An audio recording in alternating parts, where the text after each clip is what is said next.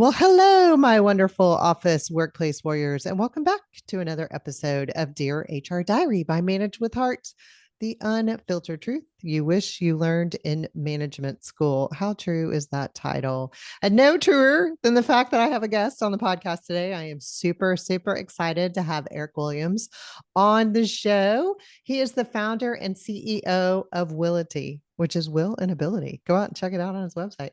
After 20 plus years leading teams, hiring, training, and managing 1,000 plus employees. Wow, that's a lot of people. And advising 300 plus entrepreneurs, leaders, and executives, he started Willity to help overwhelmed leaders get their businesses and lives back on track by streamlining their operations and aligning their behaviors. Eric focused on three key areas: the mechanics of their schedule and operations, their leadership skill sets, and honing their identity and personal superpowers. We're all superpower. We all have our own little superpower as a leader. Welcome to the show, Eric. Yay! Yeah, great to be here, Don. So excited to talk to you. Oh my gosh. Okay. In fact, when we were doing our pre-show, we were talking about he does a lot. He has a niche, like does a lot with entrepreneurs, but making that shift into kind of my corporate employees that are out there, or maybe someone that's eventually looking at becoming an entrepreneur, kind of what are some lessons to be had with this, like making those transitions from entrepreneurship and leadership? Because these skills are kind of transferable. Yeah, absolutely. Folks who are just starting out in their career, or early managers, this is one spot that I really love because the mirrors and it just for the purposes of my business, focusing on entrepreneurs, but the leadership lessons are there. There's some things that apply more to entrepreneurs when you have to figure out a lot of the back end systems yourself. You're not walking into if you're in a company, you're walking into a specific corporate culture, or you're moving up a corporate culture, or a team culture, right? And when you become a manager, you have opportunities to shift and adjust how your team functions. And so a lot of the things you have some, like, let's say, less autonomy when you're Mm-hmm. working within a company, but that also doesn't mean there's a lot within there is a lot within your control when you are moving into those types of positions, moving up the ladder and supervising bigger teams. You have a lot of control as a manager about the way your team operates, the norms, behaviors that you are putting into your team. And so I think a lot of managers don't think about how much they have control over the kind of subculture on the team, Yeah, and how that works, right? You don't want to have it conflict with the company culture, but you have a lot of control at the frontline level. And that is to say, in some other work that I do as well, managers are actually that's how frontline employees experience the culture, is with their absolutely. team and their manager. It's not with the C-suite. It's not with anybody else. Not necessarily even with HR, even though that some of the directives come from there. It's the frontline experience is just with your team and with your manager. And so that's why managers have a huge impact on this. So we talked about, what are the skills? If I'm going to summarize, I think getting back to the question about, where are as you shift into a manager position, as you're moving up, as you're trying to skill up, what does that look like, right? We're talking about getting good at your ability to communicate clearly, succinctly, and effectively. How to delegate effectively. Those two go in a pair. How Yeah. to create systematic outcomes on your team, by putting in process and structure around what's going on. That's why you see a lot of fire drills and emergencies on teams and Mm-hmm. in companies and everywhere else, is a lack of having a well thought out process to get this done. And so that's part of it that you do have control of. Sometimes you don't get to pick the tools that you have access to use, for example, to implement it, but you do have a set of tools that you can use to help build this process out or take the lead on getting it solved. So there's a lot of things that happen. I'm excited to dive into more on any of these pieces, but that's really as we think about what does it take to build your team, to systematize the outcomes, to get better outcomes, communicate more clearly, develop standard processes for the team to use. That's how you level up as a leader. Yeah. That's how you get more effective, is by helping your team be more effective. And so instead of just grinding through the work emergency after emergency, it's really how do you get this done more systematically? And that's how you level up your ability to get stuff done. I love that. I also think like a lot of times people come in and they're like, oh my gosh, I'm this new manager and I don't know what I can and can't do. And they don't know how to dip their toe into this new role that they have, or they feel like they have no say, or they just got promoted and they have no tools or resources, which is the whole reason I started my company, is because these new managers are like, holy moly, I don't even know where to begin. So I know you have different things in your own program that you really help entrepreneurs, particularly getting off the ground or kind of getting over that overwhelm. And this is great application when you think of someone that is a new manager, they're completely overwhelmed. So it's very much like, where do you start? Yeah. he's Yeah. laughing. I Well, love that look on his face. He's like, I love that. I Like have that. a I lot. get that Yeah. deer in the headlight look all the time for my new managers when they're like, I Yeah. don't know. I don't know. Yeah. So it's, yeah. So when I think about new managers, and there's also experienced managers that I see all the time working within companies, and sometimes while I work usually with the CEO at kind of setting the tone from the top, Mhm. that doesn't mean that I don't start working down the chain with director level folks. And even then, they're sitting there, they're overwhelmed, overworked. They are having trouble with the delegation, the people management, the communication about how do they get this stuff done. And so when you talk about what's the first step, like what are the first couple ways that people think about doing this? Well, part of it's assessing where you currently are. So if you're new Mhm. to a role, it can be a little bit challenging because you're still trying to learn how to do these pieces. Ideally, there was some kind of training or some kind of infrastructure you can tap into about how to do that role. Your supervisor, if you're just into a new management role, not you know jumping all the way up to the top right away, that you do have a mentor or a supervisor to tap into. Hopefully, they are trained and are more experienced at training, but sometimes that's not the case. Sometimes Right. people just kind of, for lack of a better word, kind of wander up the management chain without really having the skills, and sometimes they develop some of the skills and not other skills, and they're bad at communicating, but they're still able, maybe they have good people on their team who are able to pick up the slack, right? There's so many different scenarios where people don't necessarily have the full set of skills. And I think it's a Mhm. really missed opportunity for a lot of companies as well to not properly train their managers. I hear it all the time that there's just no support, no training for Mhm. managers, especially going to new management positions. So they tend to take on the qualities that they've seen in supervisors before. Some of That's them good, some of some them of them bad. bad, right? That may have been what we talked about in our pre-call Yeah. too. So that may have been something that you said from your experience too. Mhm. So thinking about that, that's just it's a way to propagate company culture because that's sort of how company culture propagates through to new people is from their manager, from their peers, from their Mhm. team, for good or bad, is what we're saying. Right. If you want to be intentional about how you're shifting the behaviors and experiences of the team, you need to be thoughtful about what that training looks like. And this really feeds into when I talk about the tactical skills around delegating, around systematizing the outcomes, not having to recreate the wheel every time. Mhm. Uh, and where I was going to start with is actually doing assessment of what is in this role, what's the requirements, what are the products of the work that you're expected to do as the manager, what's the product of work for your team, how's it being measured, what are the process, what's the steps in there. When you look at if you're overwhelmed already, it's really, this is why I start with entrepreneur CEOs and then work down, is because they need to free up their time and understand what's going on in their world Mhm. even before they start fixing the rest of their business. Like they have to fix themselves as an individual, their not their individual contributor part, but their unique approach to the business, what they're responsible for. Solve that first and then start working down the chain on the business. Because if you're overworked and overwhelmed, and you're working 60, 80, 100 hours a week, and very likely not operating at 100%, if you're not getting enough sleep, if you're totally exhausted, you might be operating at 50%. Right. 80 hours a week means you're really only getting 40 hours a week of like solid work in. And that would probably be more refreshing if you could right size the time and focus, right? So you really need I'm to sure there's understand. a lot of head nodding going on right now. A lot of people like, oh my gosh, yeah. Yeah, right. Right. Like so many people are operating below their capacity level. And I'm not saying that everybody has to be at optimal, like peak efficiency, 100% effectiveness for every single minute or every single hour.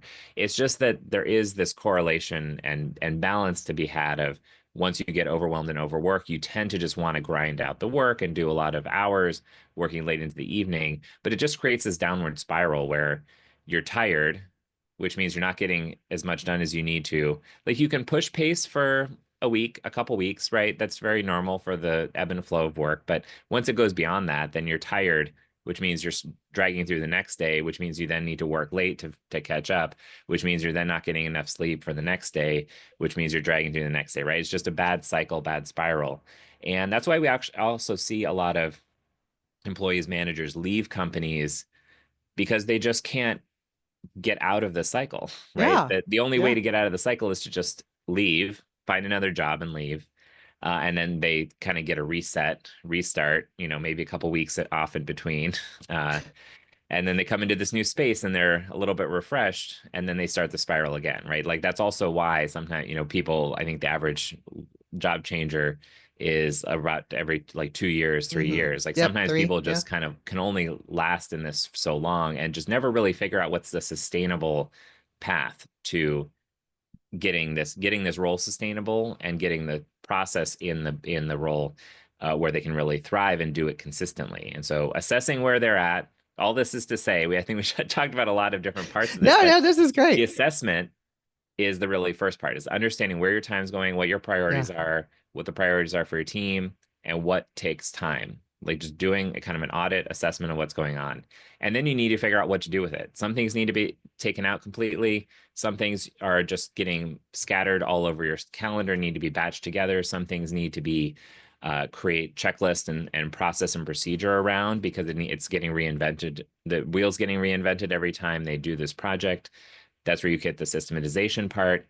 There's opportunities to delegate. It might be that doing all this assessment, you really understand that there's a new role on your team that you need to Hmm. get budget for. You need to figure out how to do that, or shifting responsibilities on the team to get the either stuff off your plate or to the right people who have better skill set, who are better, more effective at getting this stuff done, and creating some opportunities for automation in this process. So automation is probably the hardest thing that Yeah. business owners can do, but people in management positions may struggle with. Hmm. But there's even just feeds into the process and procedure part, because if you can just create, like, say, when this happens, do this. When this happens, do this. You can create the kind of human automation piece where people don't have to put so much thought into it and can do it more on autopilot. And that Yeah. also just saves brain power, saves energy, saves focus for the things you really need to focus to have your energy and focus on. It's interesting you brought up a good point in that where people repeat the cycle, or it's like you've worked all these crazy hours and you come back, you're in the office and you're working ridiculous hours. Your team sees that. And sometimes they're like, is this the expectation? So I think not only are you're setting an expectation for yourself, but you're maybe not realizing you're almost setting the expectation for your team, because I know it was, well, my boss comes in at like 7 o'clock in the morning. It doesn't leave till 7 or 8 o'clock at night. Is that what my boss wants from me? And whether you unwillingly or willingly know this, your team is looking at that. So coming on board and setting an example, hey, listen, we're not all working 14, 18, 20-hour days. I don't expect that from you. What I need from you is to help find ways that we can not work this many Yeah. hours. So I love being able to do that assessment and taking the time when you're stepping into a role and saying, what's working on this team, what's not working on this team, where can I have the impact, where do I need others to help foster that impact, where are my team players, where are the ones that I know that I can depend on. And I think a lot of times we just want new managers, mid managers, maybe you just recently got a promotion and you're moving into a direct role. You're overwhelmed to begin with because this is a new level of responsibility. But I also think it's like you said, I don't know where to start. I don't know where, do not pass go, do not collect $200 kind of thing. It's like, where do I go from here? And really taking that maybe it's a couple hours, maybe it's a whole day where you are doing kind of that evaluation of yourself, of your own skill sets, of your team's skill sets. You're getting people involved is going to be critical further down the road. A lot of times we just get in and we want to like hit the ground running. I hate that phrase. Hit the ground running. What does that mean? That means I'm going to jump in and do a million things and never go anywhere. That's Yeah. what hit the ground running to me means. I'm like, I want to hit the ground, but I want to take the time to evaluate what the ground looks like Yeah. before I hit the ground running. So I could definitely see um, where people get into that overwhelmed. They don't know, they get burned out, they don't see the common denominator as themselves. And then they'll take that same level to the next position or the next company. So Yeah. I think you hit on a lot of very valuable points when you're like, listen, don't keep repeating the cycle. There is a way that you can prevent this, but it starts with you, and you actually have to be willing to kind of do the homework ahead of time to be able to be successful further down the road. It's don't, I always tell new hires, you're not going to know everything from day one. Don't put that kind of pressure on yourself. As a manager, you're not going to know everything from day one. Don't put that kind of pressure on yourself. Even more important as a manager, because now you're putting the pressure on everybody else. Yeah. Yeah. Yeah. And one of Don, one of the things that's making me think about is the vanity metrics that are sometimes associated with not just manager positions, but just working within a larger entity is Oh, yeah. the visibility of the work, Mm-hmm. or visibly being busy, or telling other people you're busy, and constantly having, like it's fairly pervasive. It's not necessarily in all company cultures, but one of the things that's making me think about is when you get into a new role, identifying exactly what the objectives are. How do you want to measure your own success? Mm-hmm. How's also your supervisor going to manage your success? How are you going to be managing the success of your team? Because when you go in, and I say this because as the vanity metric of just being quote unquote busy is what I thought about when you said hit the ground running, right? Yeah. Because that's sort of you want to show that you're busy, that you're not lazy, that you're committed to getting this done. But is that really what's going to make this team effective, right? Or Mm, is it just a vanity metric? Is it just a like putting on a show? Um, and not really the thing that's going to deliver the best results for the team, get the best results out of the team, and for the collective, for the company. And so that's why taking that moment to evaluate what are really the objectives. How do I want to be measuring my team? Not just on the, what the company is doing on the overall KPIs or what I'm responsible for, but are there other ways I can measure output and um, and impact of the team? Because sometimes and this is where when companies are working remotely versus working in mm, person, and arguably when people are working in person, they should adopt the kind of outcomes oriented focus on the roles that they're supervising. You need to adopt it for yourself as well and measure yourself by the outcomes that you're producing, not about the process, the busy stuff in between. Um, but it's easier with remote because you just can't see people working. So you have to figure out what to measure and how to gauge someone's impact, where they're struggling, and really focus around the impact and outcome that they're having, as opposed to just the steps along the road, right? Because exactly. in the old company culture, and sometimes still in in-person work, it's like butts and seats is the Mm-hmm. measure, and there's some kind of tertiary understanding of like the output that they're getting. But It's almost that's like that so adage yeah, FaceTime. I want to see your face so I know that you're working. I'm like, yeah, listen, you can goof off at home and you can goof off, yeah, air quotes. You can goof off in the office. It's yeah, just you have to be more creative when you're goofing off in the office because your yeah, boss wants to see your face every day. And I to some degree, I think that's what people are struggling right now. It's like, well, I don't trust them doing their work at home. And I'm like, why not? I mean, is it because you don't trust yourself to work from home? I mean, where yeah. where is this coming Is from? this projection? Are they projecting what they would do if they were at home? Maybe. Or that means that are they projecting and they're actually just goofing off, like during the pandemic, where they just The not mouse doing any of the work clickers. either. Yeah. What was the mouse movers or something that Wells Fargo like let a whole bunch of people go because they were like moving the mouses and then they wondered why their productivity levels Yeah. decreased. Yeah. I was like, well, you got rid of all the people that were moving the mouses.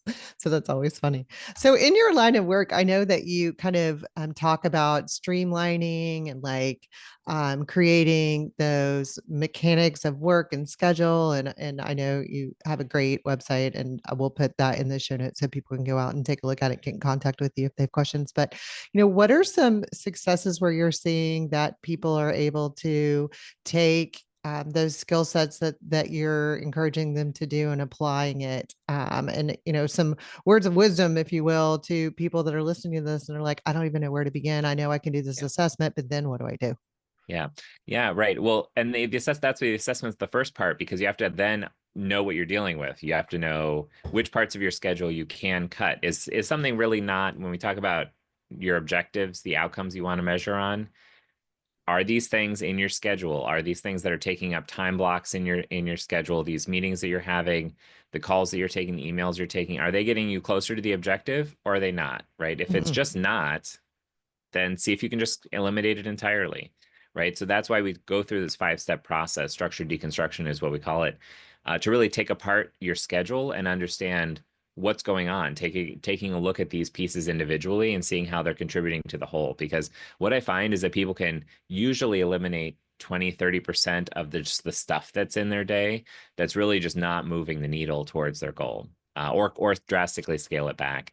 We talk about batching. One of my clients, even though we did so much other things in terms of systematizing her business, one of the things she thought was the most valuable was just not getting interrupted, was putting in some Hmm. practices where, because she used to be taking, until she did the assessment of her schedule and her time, she did not understand how many calls she was getting in a day that would sidetrack her for 5 minutes at a time, 10 minutes at a time, which doesn't sound like a lot. Like if you just have, half hour of calls in a day, that doesn't sound too bad when you just say it's a half hour. But because it was 3 minutes here, 5 minutes here, and it was scattered throughout the day, if you know anything about psychology and focus in work, that your ability to get back into what you were doing, it takes another 5 or 10 minutes. So each of Hmm. those 1 minute interruptions, 2 minute interruptions also cost an additional 5 or 10 minutes of getting back into focus on what she was working on. So just there was so much, and an email comes in and she's like, oh well, I'll just deal with this right now. Like that's the impulse for a lot of people, is like, oh, let me take Mhm. this, let me respond to the text message, someone on my team needs an answer, let me take this call, someone on my team needs an answer, there's an email that came in. But that means each time that happens is another 5 minutes of switching cost, let's say, on to be generous. And that's also why it's hard for people to get through a chunk of work and why they feel scattered. It's like the multitasking is actually leading to being less productive because they're dealing with all these small pieces. Whereas shifting it just into some blocks of time where that's like open for calls, open for meetings, open for emails, and then focus time, deep dive time. Like one of the things that we encourage really is to have, if especially if you have stuff that you need to focus in on. I'm sure that everybody, if you've ever been able to focus for an hour or 2 hours and just really get into one project, you can start to see it accelerating, especially accelerating over the first, let's say, 20-30 minutes that you're able to sit down and focus. Sometimes it takes that long for someone. I know when I'm writing something, it takes time for my brain to kind of get up to Yeah. speed on what I'm focused on, what I'm trying to do. And then once I hit like, 20 minutes or something, 30 minutes, all of a sudden it flies and Hmm. it goes very quickly. But that's the risk if you're getting interrupted constantly, is that you don't have that time to really get up to speed, to get up to your kind of accelerated focused brain power, if you're getting interrupted constantly. So that's why we look at the assessment of your schedule, is just to say, where can we strategically move stuff in your schedule to block out time for the other important stuff that you need to do, so that you're still achieving the kind of communication interaction stuff that you're looking for, as well as the deeper dive impact stuff that you're working for. And that, is all aligned around making sure that you understand what the objectives of your own role, your team, what your deliverables are, in a clear way, so you can then figure out what your schedule needs to be to make that happen. And then what in your schedule, like what else is just a mess that you need to figure out new every time? What do you systematize? Which systematizing could even just be recording a video walkthrough for your future self 3 months down the road, so that you don't need to just get your brain up to speed again. You can watch yourself from when you were in it, Yeah. explaining how to do it, and then you get back into it right away. Or it could be a checklist that you develop. So you don't need to hold that information in your head. The Yeah. information overload that people are having in their heads is quite a big problem too. And getting it out onto paper doesn't have to be complex. It's not like a big binder of SOPs. It's just getting the checklists, kind of the quick reference stuff, a video walkthrough, like hop on Slack and record a video, screen share, or on Zoom video screen share. There's a lot of ways you can kind of build out the process when you're in it, when you're doing it, so that your future self or someone on your team, if you need to delegate one of these projects, you don't need to sit down with them for hours necessarily, especially if you've recorded the training already.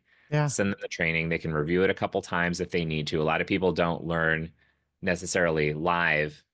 Training might only remember 20-30%. Like, this is where the breakdown in communications happens too. I know I'm jumping around a lot to try to get No, kind this of is cover a great. little bit more detail across the spectrum, but those are some of the ways that this manifests when you talk about getting the details, actually knowing what you're working with in your schedule, and then going kind of line by line through what's going on and making a plan for how to tackle that to get it more in line with what's going to work for you. This is a weird question, and it's only because it's been popping in my head. Is there, so when you start looking at schedules, or you start talking about kind of taking some of this off your plate, is there more a sense of fear? Like, oh my gosh, like if you take this off my plate, I'm not going to be as productive, or I'm not going to be as good, or back to that vanity thing, right? I'm not going to be seen as someone that's being able to do the job because you're taking stuff off my plate or you're delegating? Or is there more, oh my gosh, I didn't realize that was causing an issue? I mean, I'm just kind of thinking of when I tell people to delegate, sometimes there's that fear that, well, if I delegate it, then they're going to take my job. Or if I delegate it, then people are going to see that I'm not useful. Yeah. Oh, 100%. And this happens Okay. within businesses that I work with too, because a lot of that part of the process is around the culture and the company culture and that you want and that you need to put in place to make this happen. Because yes, there is a fear, especially let's say, CEO with um 50 or so employees, that worry when you start to streamline and develop the processes around it. The way that I've found best for entrepreneurs and managers to be able to communicate this is about celebrating the work that that person has done and allow it to live in posterity and be able to teach other people.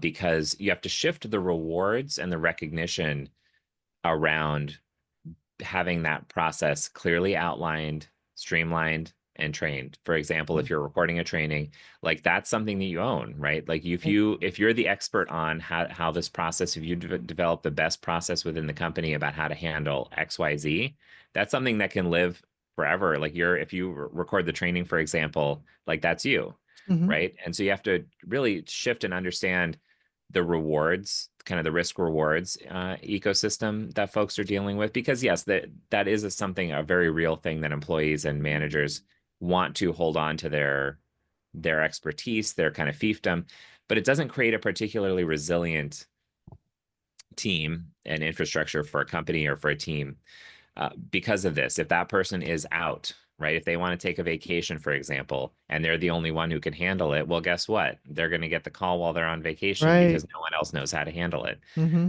And so you have to reframe around the risk of training other people how to do your job to what's also the rewards that I get from training other people to do my job is that I get the kind of mental recognition of being an expert on this, that I know what I'm talking about. I've developed the best process to handle this, and I'm teaching other people how to do this. The manager and the kind of company system needs to be able to recognize and reward those people for their contribution and create the kind of culture that rewards the kind of contribution to the whole in terms of streamlining the process, creating a resilient team that can function without any of the individuals and have some backups there, but understanding that the value of that person by streamlining that particular process means that that person's also unlocked to do better, more important, more interesting things too. I That love makes that sense. insight. So I think that's awesome. It's, let's not focus on the negative, like think of the cool outcomes. Well, as we start yeah, wrapping this up, because this is fascinating and I'm just like, oh my gosh, this is so true. And I see myself in so much stuff that you're saying. I'm like, oh, yeah, I do that. Or yeah, that especially the yeah, whole, like I get interrupted all day long with phone calls or walk-ins or whatever, emails, text messages, you name it. And then it literally takes me another 10-15 minutes to get back into what I was thinking about. Sometimes I never even go back to it. And then later I'm yeah, like, oh crap, I totally forgot to do that. yeah. So I like, totally relate to that one. What's one little nugget, the last little nugget you'd like to leave with the listeners? Yeah, usually the thing that I like to leave people with is really thinking about the risks of not taking action and getting this stuff solved. And it really is just because at the end of the day, nothing I'm saying is so revolutionary that other people haven't taught it. It's stuff that I packaged together into a great process to get people through this out to this outcome to get their system streamlined, to get their schedule opened up, get their time back. But at the end of the day, it's really about galvanizing folks into action if they really need help, right? Mm-hmm. It having listening to this podcast, if you don't put any of these things into action, then it's not particularly helpful. Right. And so the only way to take action is to understand the risks and the risks that you're taking by not taking action. So that means how many more days do you want to feel totally overworked and overwhelmed Mm-hmm. and just, hit the bed at the end of the day and wake up for another day of just grueling, grinding work where you're totally exhausted, right? How many more days do you want to do that? Yeah. Or are you ready to commit to making some change in your Yeah. life, taking some action, taking something that we talked about today and putting it into action? How committed are you to getting out of your current state? And what are you willing to do to make that happen? Love that. Because if you continue to do the same things you've been doing, you're going to get the same outcomes. Yeah. And so I'm harping on the pain part of it because that's usually where people find the strength and the focus to just say, fine, fine, I'm gonna put some of these things in action. You need to have that galvanizing piece to say, okay, this enough's enough. Like I'm not gonna half-ass this. I'm gonna actually go full in, figure out how to make my work life better, my manager life better, and be able to get better outcomes for my team. I always call it, what's your threshold for pain? Yeah, Because once you've hit that threshold for pain, then you're like, I'm done. I can't keep doing this. So, yeah. yeah, Well, Eric, this has been fabulous. I really have enjoyed having you on the show today. I think the insight and the information that you provided is really helpful no matter what level you are in an organization. Maybe you're an entrepreneur, maybe you're a new manager, maybe you're an old manager learning new tricks. There's always opportunity for you to take, and we encourage you to take the time and do an assessment and really evaluate kind of where this is. And then reach out to Eric. He has some great tools, and I'm sure that he'd be happy to answer any questions that you may have. So, again, thanks for being on the show, Eric. And to my fabulous listeners out there, can't wait to talk next time. Until then, stay fabulous.